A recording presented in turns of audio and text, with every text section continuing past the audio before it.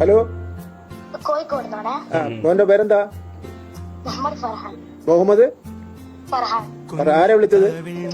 കേരളത്തിന്റെ കേരളത്തിന്റെ വിദ്യാഭ്യാസ മന്ത്രിയല്ലേ? വിദ്യാഭ്യാസ തൊഴിൽ മന്ത്രി. ഇത് കോഴിക്കോട് മേപ്പേരി പഞ്ചായത്ത്. മോന്റെ പേരെന്താ? മുഹമ്മദ് ഫർഹാൻ. എത്രാം ക്ലാസ് പഠിക്കുന്നത്?